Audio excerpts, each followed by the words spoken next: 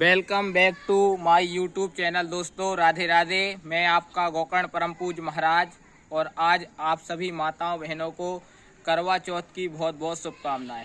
आज देश की सभी माताएं बहनें करवा चौथ व्रत रख रही हैं, भूखी हैं, प्यासी हैं। बहुत अच्छी बात है। मैं उस पर एक सुंदर सा दृष्टांत, सुंदर सी कहानी सुनाना चाहूँगा। एक समय की बात है कि एक लड़का था और एक लड़की थी। लड़का और लड़की आपस में बहुत ज़्यादा प्यार करते थे।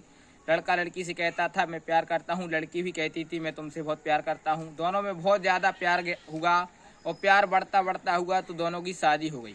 और शादी होने के बाद दोनों प्रेम से रहने लगे। कुछ समय बाद दोनों में अनबन होने लगी, खिटपिट होने लगी। दोनों एक दूसरे से लड़ते जाते, बहुत ज़्यादा लड़ते, किसी छोटी छोटी बात पर गुस्सा होते। पत्नी को कभी पति पर शक हो जाता, पति को कभी पत्नी पर शक हो जाता। दोनों कभी घर की बातों को लेकर, बच्चों की बातों को लेकर, छोटी छोटी बातों पर लड़ते झगड़ते रहते थे। यही क्रम चला। पत्नी पति को बहुत ज़्यादा परेशान करती थी। पति तो कम परेशान करता लेकिन पत्नी ज़्यादा परेशान करती थी। तो एक दिन क्या हुआ कि वह पति खत्म हो जाता है किसी कारणवश से, तो पत्नी बहुत ज़्यादा दुखी रहती है। क्योंकि पति पत्नी जब तक रहते हैं तो जीवन बहुत अच्छा चलता है, क्योंकि एक गाड़ी के दो पहिए होते हैं। उसी प्रकार पति पत्नी जब तक जीवन में रहते हैं बहुत ज़्यादा खुश रहते हैं। तो पति खत्म हो गया तो पत्नी बहुत ज़्यादा दुखी रहने लगी। साल 2 साल बाद पत्नी भी खत्म हो गई टेंशन के कारण, और पत्नी खत्म हो गई। कहने का तात्पर्य यही है, आज लोग माताएं व्रत तो कर रही हैं, करवा चौथ का व्रत करती हैं, भूखी रहती हैं, प्यासी रहती हैं, लेकिन क्या करती हैं, पतियों का सम्मान नहीं करती। पतियों से लड़ती झगड़ती रहती हैं और उनका खून चूसती रहती हैं, जिससे पति लोग बड़े दुखी रहते हैं। और दुखी होने के कारण ऐसी स्थिति हो जाती है, वो टेंशन में रहते हैं और कभी कभी टेंशन के कारण उनकी मृत्यु हो जाती है। इसलिए आप सच में करवा चौथ का व्रत हैं तो आज संकल्प लें कि अपने पति से कभी लड़ेंगे नहीं, और पति भी संकल्प लें कि अपनी पत्नियों से कभी लड़ेंगे नहीं। पति पत्नी का एक अच्छा जोड़ा है, एक अच्छा रिश्ता है।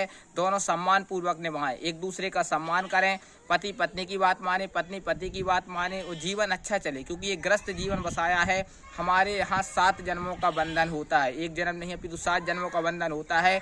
इसलिए 7 जन्मों तक निभाने जाना वाला बंधन अगर एक जन्म में भी अच्छे से नहीं चल रहा है तो हम 7 जन्म कैसे निभा पाएंगे। इसलिए हमें नियम लेना चाहिए कि इस जन्म में हमें अगर पति पत्नी भगवान ने बनाया है एक दूसरे को, तो एक दूसरे का सम्मान करें।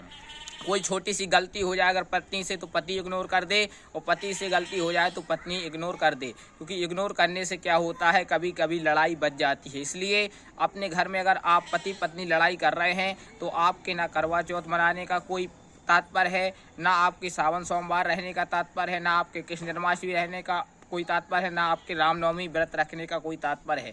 अगर सच में आप व्रत रखना चाहते हैं तो यही व्रत लें, यही संकल्प लें कि हम पति पत्नी कभी भी लड़ेंगे नहीं और साथ में तालमेल से रहेंगे, एक दूसरे में प्रेम रहेगा, एक दूसरे की बात मानेंगे और आनंद पूर्वक इस ग्रस्त जीवन को निभाएंगे। आनंद लूट ले बंदे, प्रभु की बंदगी का ना जाने कब साथ छूट जाए इस जिंदगी का। सप्ताह में 7 बार है, 8वां बार है आपका परिवार।